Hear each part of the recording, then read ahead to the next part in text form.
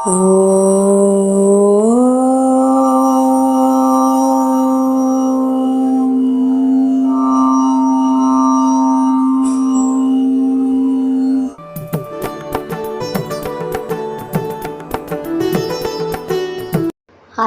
பக்த கோடிகளுக்கும் ஜெயந்தி பாலஸ்ரீனிவாசன் அநேக நமஸ்காரங்கள். இன்றைய தினம் சிறப்பு சிவஸ்தலங்கள் என்ற தலைப்பின் மூலம் மிகவும் பழமையான அற்புதமான மதுரையில் உள்ள திருவேடகம் அருள்மிகு ஏலவார் குழலி சமேத அருள்மிகு ஏடகநாதர் என்ற திருத்தலத்தை பற்றி விவரிக்க உள்ளேன். இத்தலம் திருஞான சம்பந்தரால் தேவார பாடல் பெற்ற தலமாகும். இத்தலத்தின் புராண பெயர் திரு ஏடகம் என்பதாகும். இங்குள்ள இறைவனின் பெயர் அருள்மிகு ஏடகநாதர் மற்றும் ஏடகேசர், ஏடகநாதேஸ்வரர் என்ற பெயர்களுடன் சுயம்பு மூர்த்தியாக அருள் பாலிக்கிறார். லிங்க வடிவில் சற்று சாய்ந்த நிலையில் தோற்றமளிக்கிறார். இறைவியின் பெயர் அருள்மிகு ஏலவார் குழலி என்ற திருநாமத்துடன் அருள் பாலிக்கிறார். நின்ற திருக்கோலத்தில் காட்சி தருகிறாள். அம்பாளுக்கு கூந்தலுக்கு இயற்கையாகவே நறுமணம் உண்டு என்பதால் ஏலவார் குழலி என அழைக்கப்படுகிறார். இத்தலம் தமிழ்நாடு மதுரைக்கு அருகில் திருவேடகம் என்ற ஊரில் அமைந்துள்ளது. இந்த ஆலயத்திற்கு செல்லும் மார்க்கம் மதுரையிலிருந்து சோழவந்தான் செல்லும் சாலை வழியில் நகர பேருந்துகள் திருவேடகம் வழியாக செல்கின்றன. கோவில் அருகிலேயே பேருந்து நிறுத்தம் உள்ளது. அருகில் உள்ள சோழவந்தான் ரயில் நிலையம் 5 கிலோமீட்டர் தொலைவில் உள்ளது. தல விருட்சம் வில்வ மரமாகும். இங்குள்ள தீர்த்தங்கள் பிரம்ம தீர்த்த குளம் மற்றும் வைகை நதி. பிரம்மன் உண்டாக்கிய பிரம்ம தீர்த்தம். அதில் நீராடியவர்களுக்கு சித்த பிரம்மை நீங்கியதாக கூறப்படுகிறது. இக்கோயில் முன்பு ஓடும் வைகை நதியும் மற்றொரு தீர்த்தமாகும். இங்கு வைகை நதி காசியில் கங்கை ஓடுவது போல் தெற்கிலிருந்து வடக்காக ஓடுகிறது. ஆற்றின் வடக்கரையில் இந்த ஆலயம் அமைந்துள்ளது. சிவபெருமான் மீனாட்சி சுந்தரேஸ்வரர் திருமணத்தின் போது வந்தவர்களின் தாகத்தை தணிப்பதற்காக தனது கையை தரையில் வைத்து வைகை நதியை உண்டாக்கினார். அத்தகைய சிறப்பு பெற்ற வைகை நதியின் கரையோரம் அமைந்த தலம் திருவேடகம். இறந்தவர்களின் ஆன்மா மோட்ச கதி அடைய வேண்டி வைகையில் அஸ்தியை கரைக்கிறார்கள். மேலும் பிறவியை முடித்த உயிர்கள் நற்கதி அடைவதற்காக மோட்ச தீபம் ஏற்றும் வழக்கம் உள்ளது. பக்தர்களே, மற்ற விக்கிரகங்கள் மற்றும் சன்னதிகளை பற்றி பார்ப்போம். ஈசனின் ஆலயத்தின் உள்பிரகாரத்தில் கிழக்கு சுற்றில் சூரியன் சாயா சமிக்ஞை சமேதராக காட்சி தருகிறார். உள்பிரகாரத்திற்கு சுற்றில் 63 அமர்ந்து அருள் பாலிக்கிறார்கள். தென்மேற்கு மூலையில் உற்சவ மூர்த்திகளின் சன்னதி, கணபதி, ஆறுமுகசாமி, சோமாஸ்கந்தர், ஞான சம்பந்தர் ஆகியவர்கள் உள்ளனர். அடுத்து மெய்கண்ட சிவம், உமாபதி சிவம், அருள் நந்தி சிவம், மறை ஞான சிவம் ஆகியவர்களின் சன்னதிகள் அமைந்திருப்பது சிறப்பாகும்.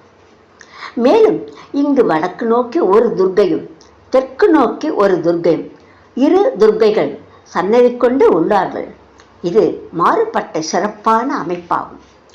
கோயில் அமைப்பில் அதற்கு இணையாக சுவாமிக்கு வலப்பக்கமாக கிழக்கு பார்த்து அமைந்துள்ள அம்மன் கோவில், விசாலமான பிராகாரம், அம்மன் சன்னதிக்கு எதிரில் பலிபீடம், நந்தி, துவார கணபதி, துவார தண்டபாணி ஆகியோரை வணங்கி அம்மன் சன்னதிக்குள் நுழையலாம்.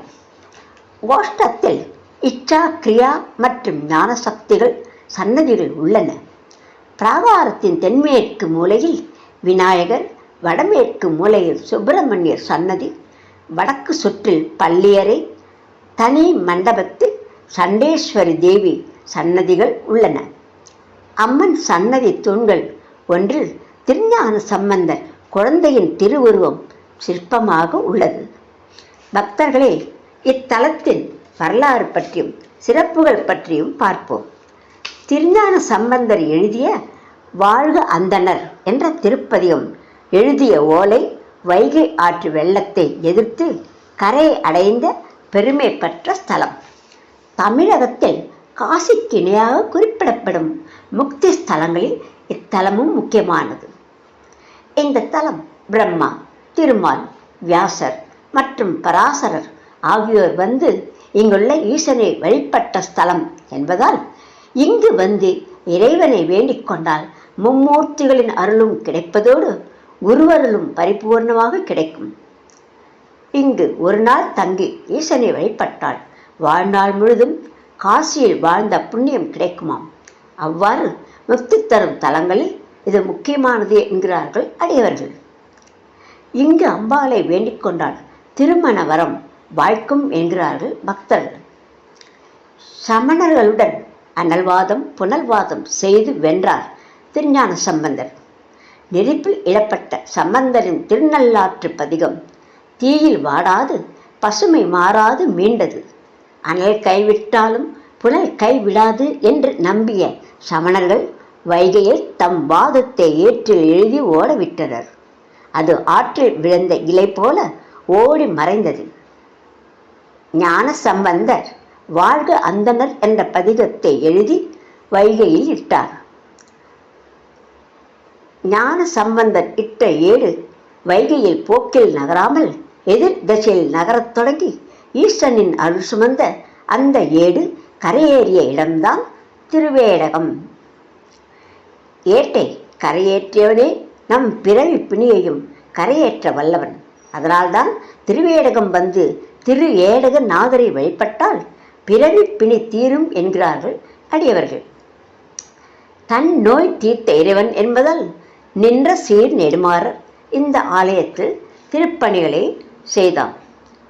கார்த்திகை சோமவாரத்தில் இந்த ஆலய இறைவனை தரிசனம் செய்வது மிகவும் சிறப்பானதாக கருதப்படுகிறது. 7 எதிர் ஏறிய திருவிழா இங்கு ஆவணி மாதத்தில் நடைபெறும். இந்த விழாவினை தரிசனம் செய்தால் பிறவி பிணி தீர்ந்து முக்தி கிடைக்கும் என்கிறார்கள் பக்தர்கள். ஞான சம்பந்தர் இறை அருளால் தன் பகைவர்களை வென்ற தலம். ஆதலால் இங்கு வந்து ஈசனை வேண்டிக் கொண்டால் பகைவர்களால் ஏற்படும் பிரச்சனைகளும் நீங்கும். பாண்டிய மன்னனின் நோய் நீக்கி அருளிய ஈசன் இத்தலத்தில் மனநலம் அருளும் மகாதேவராக காட்சி தருகிறார் என்பதால் இங்கு வந்து வேண்டிக் கொண்டால் மனபயம், சோர்வு மற்றும் நம்பிக்கையின்மை ஆகியன நீங்குவதோடு உடல் நோய்கள் அனைத்தும் விலகி உடலும் மனமும் ஆரோக்கியம் பெறும் என்கிறார்கள் அடியவர்கள். ஏடகநாதரை சரணடைந்தால் செல்வம் சேரும் என்பதுவே ஞான சம்பந்தரின் வாக்கு ஆகும். இங்கு 12 மாதங்களும் திருவிழாக்கள் உண்டு. புரட்டாசி நவராத்திரி தவிர எல்லா விழாக்களுமே ஒரு நாள் மட்டுமே நடக்கும் என்பது விசேஷம். பக்தர்களே, மற்றும் செவிசாய்த்த விநாயகர் இவரை பற்றி பார்ப்போம். இங்குள்ள ஒரு தூணில் மூஞ்சூர் வாகனத்தில் அமர்ந்த நிலையில் உள்ள விநாயகரின் சிற்பம் வித்தியாசமாக இருக்கிறது. இவரை செவிசாய்த்த விநாயகர் என்கின்றனர். தன்னிடம் வரும் அன்பர்களின் வேண்டுதல்களையும் மனக்குறைகளையும் கேட்கும் விதத்தில் தன் காதினை நமக்கு காட்டி அமர்ந்திருப்பதால் இந்த பெயர் ஏற்பட்டது. அடுத்து வாதில் வென்ற விநாயகர் இவரை பற்றி பார்ப்போம். சம்பந்தன் வைகை ஆற்றில் விட்ட ஏற்றினை திருவேடகத்தை தடுத்து நிறுத்தி கரை சேர்க்க காரணமாக அமைந்தவர் இந்த விநாயகர். ஆற்று நீரை எதிர்த்து வந்த ஏற்றில் 4 மூலைகளிலும் பாதுகாப்பாக நின்று 4 மீன்களாக மாறி அதை கரைக்கு கொண்டு வந்து சேர்த்தார். பின்னர் ஏட்டை தன் துதிக்கையால் தாங்கி படித்துறையில் அமர்ந்தார். இவரை வாதில் வென்ற விநாயகர் என்கின்றனர். கோவிலுக்கு வெளியே இவர் தனி கோயிலில் தற்போது அருள் பாலிக்கிறார். இங்குள்ள மற்றும் ஒரு சிறப்பான பத்ரிகா பரமேஸ்வரரை பற்றி பார்ப்போம். திருமண நாள் சரியாக அமையவில்லை என்றாலும் தவிர்க்க முடியாத சில காரணங்களாலும் நல்ல நாள் அமையப்பெறாமல் திருமணத்தை நடத்தியாக வேண்டும் என்ற இக்கட்டான சமயங்களில் திருமண பத்திரிகையை பத்ரிகா பரமேஸ்வரர் முன்வைத்து வெற்றிலை பாக்கு வைத்து பூஜை செய்து அவரை தங்கள் வீட்டு திருமணத்திற்கு வர வேண்டும் என்று மானசீகமாக வேண்டிக்கொண்டு திருமணத்தை நடத்தினால் எந்த பிரச்சனையும் வராது. வயிற்று வலி தீர நீராகார நைவேத்தியம். இதை பற்றி பார்ப்போம்.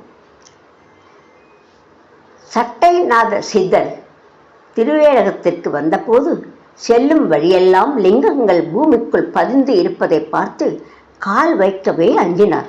அவரை சிறுவர்கள் குண்டுக்கட்டாக தூக்கிச் சென்று கோவிலுக்குள் விடுவார்களாம். அவர்களுக்கு ஆற்று மணலை பண்டமாக மாற்றித் தந்தார் சட்டநாத சித்தர்.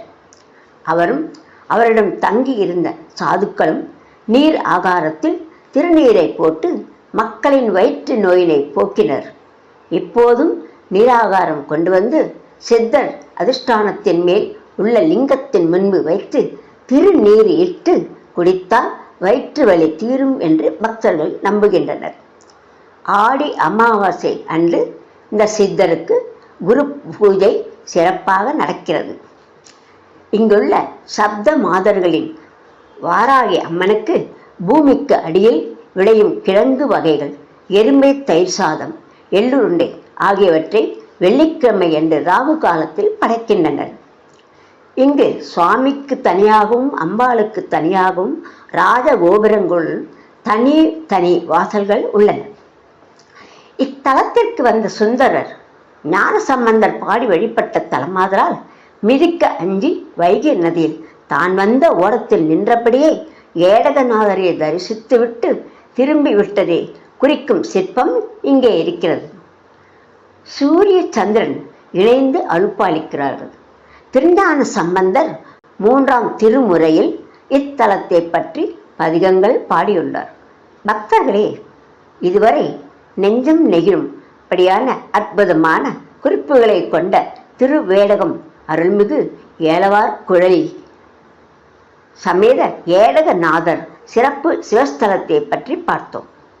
அடுத்த புதன்கிழமை அன்று சிறப்பு சிவஸ்தலங்கள் என்ற தலைப்பின் மூலம் மற்றும் ஒரு சிறப்பு சிவஸ்தலத்தை பற்றி விவரங்களுடன் மீண்டும் உங்களை சந்திக்க எல்லாம் வல்ல ஈசனை ஏடகநாதரை பிரார்த்தனை செய்கிறேன். ஜெயந்தி பாலஸ்ரீனிவாசன். நன்றிகள், வணக்கங்கள். ஓம் நம சிவாய.